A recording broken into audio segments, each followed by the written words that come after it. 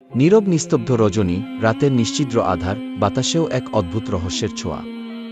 এমনই এক পবিত্র রজনীতে শুয়ে আছেন জাতির পিতা হজরত ইব্রাহিম আলাইহিসসালাম। হঠাৎ ঘুমের মধ্যে তিনি একটি আশ্চর্য স্বপ্ন দেখলেন। এক ঐশ্বরিক কণ্ঠ যেন তাকে ডেকে বলছে, হে ইব্রাহিম, তুমি কোরবানি করো। হজরত ইব্রাহিম আলাইহিসসালাম এই স্বপ্ন দেখে জেগে উঠলেন। নবীর প্রতি স্বপ্নাদেশ ওহীর সমতুল্য, তাই তিনি ভোরবেলা ১০০ উট আল্লাহর রাস্তায় কুরবানি করে দিলেন। পরের দিন আবার তিনি শুয়ে রয়েছেন, ঘুমের ভেতরে আবার ভেসে আসলো অলৌকিক সেই কণ্ঠস্বর, কে যেন তাকে বলছেন, হে ইব্রাহিম, তুমি আল্লাহর রাস্তায় কুরবানি করো। তিনি এবারেও দ্বিধাহীন মনে আরও ১০০ উট আল্লাহর রাস্তায় কুরবানি করলেন। তবুও শান্তি এলো না তার মনে, তার হৃদয়ের গহীনে যেন কিছু বলছে, মনে হচ্ছে আল্লাহ রব্বুল আলামিনের দরবারে তার এই কুরবানি কবুল হয়নি। অতঃপর তৃতীয় দিন তিনি যখন আবার বিছানায় শায়িত, তখন আবার ভেসে আসলো সেই দৈববাণী, এক ঐশ্বরিক কণ্ঠ যেন তাকে ডেকে বলছে, হে ইব্রাহিম, তুমি আল্লাহর রাস্তায় তোমার সবচেয়ে প্রিয় বস্তুটি কুরবানি করো। পরের দিন সকালে হজরত ইব্রাহিম আলাইহিসসালাম গভীর চিন্তায় মগ্ন হলেন। তিনি ভাবতে লাগলেন, আমি পরপর ২ দিন ২০০ উট আল্লাহর রাস্তায় কুরবানি করলাম, তবুও কেন মনে হচ্ছে এই কুরবানি যেন কবুল হয়নি। তবে কি আল্লাহ তাআলা আমার নিকট থেকে অন্য কিছু চাইছেন? তিনি আরও ভাবলেন, বারবার যে স্বপ্ন আসছে সেখানে তো স্পষ্ট করে বলা হয়েছে, হে ইব্রাহিম, তুমি তোমার সবচেয়ে প্রিয় বস্তুটিকে আমার রাহে কুরবানি করো। এবার তিনি বুঝতে পারলেন, এই দুনিয়ায় তার সবচেয়ে প্রিয় জিনিস তার পুত্র ইসমাইল, এবং আল্লাহ তার নিকট থেকে তার সবচেয়ে প্রিয় জিনিসটির ত্যাগ চাইছেন। এই কথা ভেবে তার বুক কেঁপে উঠল। যখন হজরত ইব্রাহিম আলাইহিসসালামের বয়স ছিল ৮৬ বছর, তখনই তার গৃহে জন্ম নিয়েছিলেন ইসমাইল আলাইহিসসালাম। বার্ধক্যের এই সন্ধিক্ষণে পাওয়া এই সন্তান ছিল তার প্রাণের প্রিয় ধন, তার জীবনের আশা ভরসা, এবং তার বংশধারা রক্ষার একমাত্র আশ্রয়। কিন্তু যখন আল্লাহ তাআলা এই প্রিয় সন্তানকেই কুরবানি করার নির্দেশ দিলেন, ইব্রাহিম আলাইহিসসালামের হৃদয়ে একটু দ্বিধার জন্ম নিল না।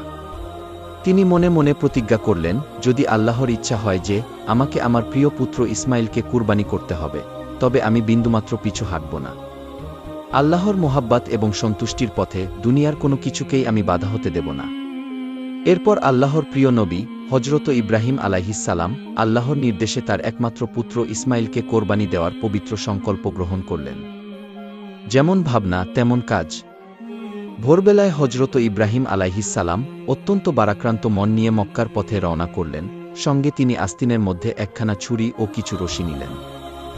অনেক পথ অতিক্রম করার পর মক্কায় পৌঁছে তিনি বিবি হাজেরার গৃহে গিয়ে বসলেন। সেখানে কিছু সময় বিশ্রাম নিয়ে অতঃপর তিনি তার আদরের সন্তান নিষ্পাপ বালক হজরত ইসমাইল আলাইহিসসালামকে ডেকে বললেন, হে আমার পুত্র, তুমি গোসল করে সুন্দর কাপড় পরে তৈরি হয়ে নাও। আজ আমি তোমাকে নিয়ে এক বিশেষ দাওয়াতে যাব। হজরত ইসমাইল আলাইহিসসালাম ছোট থেকেই পিতার সান্নিধ্য থেকে অনেক দূরে বড় হয়েছেন। তিনি কখনো বুঝে উঠতে পারেননি পিতার কোমল ভালোবাসা এবং পিতার স্নেহের ছায়া। আজ হঠাৎ বাবার ডাকে এমন এক দাওয়াতের আমন্ত্রণে তার হৃদয় আনন্দে ভরে উঠল। তড়িঘড়ি করে তিনি ছুটে গেলেন তার মায়ের কাছে। উচ্ছ্বাস ভরা কণ্ঠে বললেন, আম্মা জান, আপনি জানেন, আব্বাজান আমাকে বলেছেন তিনি আমাকে সঙ্গে নিয়ে এক জায়গায় দাওয়াতে যাবেন। আম্মা জান, আপনি দয়া করে আমাকে গোসল করিয়ে দিন আর আমার সবচেয়ে সুন্দর জামাটা পরিয়ে দিন। আজ আমি পিতার সঙ্গে দাওয়াতে যাব, আম্মা জান, আমার আর তর সইছে না। বিবি হাজেরা কিছুক্ষণ স্তব্ধ হয়ে রইলেন। সন্তানের উচ্ছ্বাস দেখে তার মনেও আনন্দের ঢেউ খেলে গেল, কিন্তু অন্তরে কোথায় যেন এক অজানা শঙ্কা ভর করল। তিনি মৃদু কণ্ঠে জিজ্ঞেস করলেন, সত্যিই কি বাবা তোমাকে দাওয়াতে নিয়ে যাবেন? হজরত ইসমাইল আলাইহিসসালাম বললেন, আপনি পিতাকে জিজ্ঞাসা করে দেখুন। অতঃপর বিবি হাজেরা হজরত ইব্রাহিম আলাইহিসসালামকে জিজ্ঞাসা করলেন, হে আমার প্রাণের স্বামী, আমি শুনলাম আপনি নাকি ইসমাইলকে নিয়ে একটি দাওয়াতে যাবেন। ইব্রাহিম আলাইহিসসালাম বললেন, হাজেরা, তুমি ঠিকই শুনেছ, তুমি ইসমাইলকে গোসল করিয়ে সুন্দর পোশাকে সজ্জিত করে দাও। আমি তাকে নিয়ে একটি স্থানে দাওয়াতে যাব। প্রিয় বন্ধুরা, আপনাদের অনেকের মনে হতে পারে হজরত ইব্রাহিম আলাইহিসসালাম আল্লাহর নবী হয়েও বিবি হাজেরা এবং ইসমাইল আলাইহিসসালামের সাথে একটি মিথ্যা কথা বলেছেন। কিন্তু মূলত জাতির পিতা ইব্রাহিম আলাইহিসসালাম তাদের সাথে মিথ্যা কথা বলেননি। গভীরভাবে যদি চিন্তা করা হয়, তাহলে ইব্রাহিম আলাইহিসসালামের এই কথাটি সঠিক এবং বাস্তবসম্মত ছিল। কেননা তিনি হজরত ইসমাইল আলাইহিসসালামকে নিয়ে আল্লাহর একটি দাওয়াতে যাচ্ছিলেন। এরপর বিবি হাজেরা পুত্র ইসমাইলকে উত্তম রূপে গোসল করিয়ে এবং সুগন্ধি লাগিয়ে সুন্দর পোশাকে সুসজ্জিত করে দিলেন। অতঃপর ইসমাইলকে স্বামীর হাতে তুলে দেওয়ার পূর্বে বিবি হাজেরা বললেন, হে আমার প্রাণের স্বামী, ইসমাইলকে আমি ছোট থেকে আজ পর্যন্ত লালন পালন করেছি, কিন্তু এই সময়ের মধ্যে এক মুহূর্তের জন্য তাকে আমার দৃষ্টির আড়াল হতে দিইনি। হে আমার প্রিয় স্বামী, আপনি সবসময় তাকে দেখে রাখবেন, কখনোই তাকে আপনার চোখের আড়াল করবেন না। যতক্ষণ না আপনি ইসমাইলকে নিয়ে আমার কাছে ফিরে আসছেন, ততক্ষণ আমি উদ্বিগ্ন থাকব। আমি প্রতীক্ষায় থাকব আপনাদের পথের দিকে চেয়ে, আপনাদের আগমনের আশায়। হযরত ইব্রাহিম আলাইহিসসালাম বিবি হাজেরার এই কথাগুলো শুনলেন, কিন্তু কোনো উত্তর দিলেন না।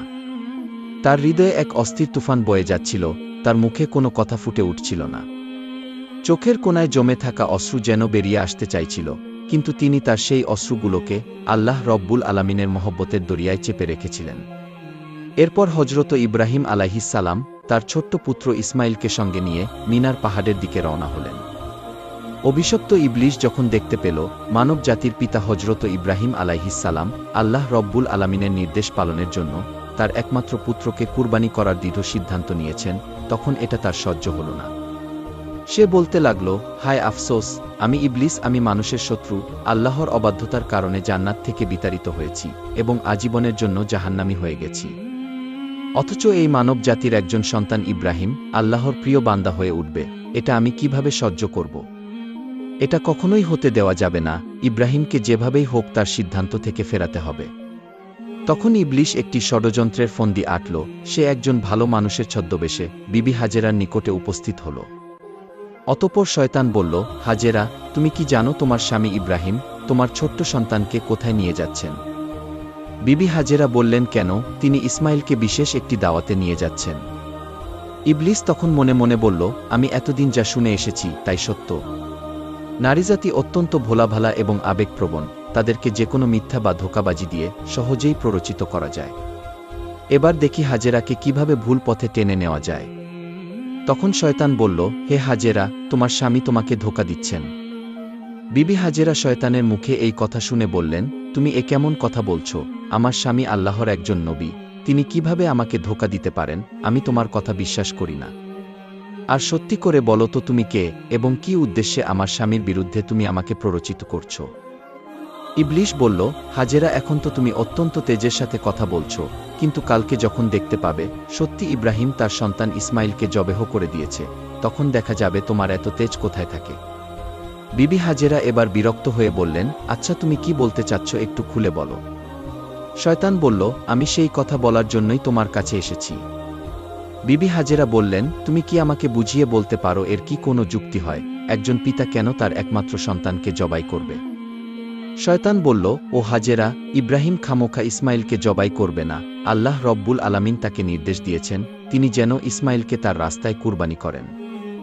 আর সেই কারণেই ইব্রাহিম তোমার পুত্র ইসমাইলকে জবেহ করতে মিনার পাহাড়ে নিয়ে যাচ্ছে। এখনো সময় আছে, তুমি তাড়াতাড়ি গিয়ে ইসমাইলকে তার হাত থেকে রক্ষা করো, অন্যথায় দেখবে তোমার স্বামী ইব্রাহিম তোমার পুত্র ইসমাইলকে আল্লাহর আদেশ পালন করতে গিয়ে জবেহ করে দিয়েছে। বিবি হাজেরা এবার শয়তানের কথা শুনে বললেন, আল্লাহ রব্বুল আলামিন দুনিয়ার এতগুলি মানুষের মধ্যে থেকে যদি আমার পুত্র ইসমাইলকে তার রাস্তায় জবেহ করার জন্য কবুল করে থাকেন, তাহলে এর চাইতে বড় সৌভাগ্যের বিষয় আমার জন্য আর কিছুই হতে পারে না। শুধু একজন ইসমাইল নয়, আল্লাহ রব্বুল আলামিন যদি আমাকে হাজার হাজার সন্তান দিতেন, আর সেই হাজার সন্তানকে যদি আল্লাহ রব্বুল আলামিন তার রাস্তায় কুরবানি করার জন্য আদেশ দিতেন, আমি খুশি মনে তাদের সকলকেই আল্লাহর রাস্তায় উৎসর্গ করে দিতাম। আমি বুঝতে পেরেছি তুমি মরদুদ, তুমি ইবলিস, তুমি আমাকে ধোঁকা দিতে এবং প্ররোচিত করতে এখানে এসেছ। আমি তোমার কাছ থেকে আল্লাহর আশ্রয় প্রার্থনা করছি, তুমি এখনই আমার সামনে থেকে দূর হয়ে যাও। বিবি হাজেরার এই তেজদীপ্ত বক্তব্য শুনে অভিশপ্ত ইবলিস তার কাছে টিকতে পারল না। অতঃপর শয়তান সেখান থেকে পাগলা কুকুরের মতো লেজ গুটিয়ে পালিয়ে গেল। ইবলিস যখন দেখল বিবি হাজেরাকে ধোঁকা দিয়ে কোনো রকমেই কাজ করা যাচ্ছে না, তখন সে চিন্তা করতে লাগল, যাই বালক ইসমাইলকে গিয়ে এবার ধরি। হযরত ইসমাইল আলাইহিসসালাম তার পিতা ইব্রাহিম আলাইহিসসালামের পিছনে পিছনে চলছিলেন। ইবলিস তখন ইসমাইল আলাইহিসসালামকে হাতের ইশারা করে ডেকে হযরত ইব্রাহিম আলাইহিসসালামের থেকে আরও দূরত্বে নিয়ে গেল। এরপর শয়তান ইসমাইলকে বলল, ইসমাইল, তুমি কি জানো তোমার পিতা তোমাকে কোথায় নিয়ে যাচ্ছে? ইসমাইল আলাইহিসসালাম বললেন, কেন পিতা আমাকে দাওয়াত খেতে নিয়ে যাচ্ছে? ইবলিস বলল, ওহে বালক, তুমি তো অত্যন্ত কচি ও ছোট, তোমার মন সাদাসিদে ও ভোলা ভালা, তাই তোমার পিতা তোমাকে দাওয়াতে নিয়ে যাবার কথা বলে ধোঁকা দিয়েছে। হজরত ইসমাইল আলাইহিস সালাম বললেন, তুমি এ কেমন কথা বলছো? কেন আমার পিতা আমাকে ধোঁকা দেবেন? আমি তার একমাত্র সন্তান। এতদিন পরে তিনি আমার সাথে দেখা করতে এসেছেন, ধোঁকা দেওয়ার উদ্দেশ্য কি হতে পারে? ইবলিশ বলল, হে ইসমাইল, তুমি জেনে রাখো, তোমার পিতা তোমাকে দাওয়াত খাওয়ার কথা বলে ধোঁকা দিয়ে তোমাকে জবেহ করার জন্য নিয়ে যাচ্ছে। মিনার পাহাড়ে গিয়ে তিনি তোমাকে জবেহ করে দেবেন। ইসমাইল আলাইহিস সালাম বললেন, এটা কোনো যুক্তি হতে পারে না, কোনো পিতা তার একমাত্র সন্তানকে বিনা কারণে জবাই করে দেবেন। ইবলিশ তখন বলল, হে ইসমাইল, তোমার পিতা বিনা কারণে তোমাকে জবাই করবে না। আল্লাহ রব্বুল আলামিন তাকে নির্দেশ দিয়েছেন তিনি যেন তোমাকে তার রাস্তায় কোরবানি করেন। আর আল্লাহর নির্দেশ পালন করার জন্যই তোমার পিতা তোমাকে মিনার পাহাড়ে জবাই করার জন্য নিয়ে যাচ্ছেন। তখন ইসমাইল আলাইহিস সালাম বললেন, আল্লাহ রব্বুল আলামিন যদি এই দুনিয়ার অগণিত মানুষের মধ্য থেকে আমাকে তার রাস্তায় কুরবানি হওয়ার জন্য কবুল করে থাকেন, তবে এর চেয়ে বড় সৌভাগ্য আমার জন্য আর কিছুই হতে পারে না। আমি বুঝে গেছি তুমি সেই অভিশপ্ত ইবলিশ। হে ইবলিশ, তুমি জেনে রাখো, আল্লাহ রব্বুল আলামিন যদি আমাকে লক্ষ কোটি জীবন দিতেন আর সেই প্রতিটি জীবনকে যদি তার রাস্তায় কুরবানি করার জন্য কবুল করতেন, তবে আমি প্রতিবারই সেই কুরবানির জন্য প্রস্তুত থাকতাম। তুমি এখনই আমার দৃষ্টির সামনে থেকে দূর হয়ে যাও, আমি তোমার অনিষ্ট থেকে আল্লাহর কাছে আশ্রয় প্রার্থনা করছি। এরপর হজরত ইসমাইল আলাইহিস সালাম ইবলিস শয়তানকে লক্ষ্য করে পাথর নিক্ষেপ করতে লাগলেন। সেই ঘটনাকে স্মরণ করে আজও হজযাত্রীরা হজের সময় শয়তানকে পাথর নিক্ষেপ করেন। এরপর হজরত ইব্রাহিম আলাইহিস সালাম পুত্র ইসমাইল আলাইহিস সালামকে নিয়ে মিনা প্রান্তরে পৌঁছালেন। তাফসিরে রুহুল মানিতে বর্ণিত হয়েছে, ইসমাইল আলাইহিস সালামকে কোরবানি করার আগে হজরত ইব্রাহিম আলাইহিস সালাম তার সাথে পরামর্শ করতে চাইলেন। পবিত্র কুরআনে সূরা সফফাতে বলা হয়েছে, অতঃপর সে বলল, হে আমার পুত্র, আমি স্বপ্নে দেখেছি যে আমি তোমাকে জবেহ করছি, এখন তুমি বলো তোমার অভিমত কি? তখন হজরত ইসমাইল আলাইহিস সালাম বললেন, হে আমার পিতা, আপনি যা আদিষ্ট হয়েছেন তাই করুন। ইনশা আল্লাহ আপনি আমাকে ধৈর্যশীলদের অন্তর্ভুক্ত পাবেন। হজরত ইসমাইল আলাইহিস সালামের এরূপ জবাব শুনে ইব্রাহিম আলাইহিস সালাম অত্যন্ত খুশি হলেন। অতঃপর হজরত ইসমাইল আলাইহিস সালাম তার পিতাকে লক্ষ্য করে বললেন, আব্বাজান, আপনি তো আমাকে জবেহ করে দিবেন, তার পূর্বে আমার কয়েকটি অনুরোধ রয়েছে, আপনি কি দয়া করে আমার সেই অনুরোধ রক্ষা করবেন?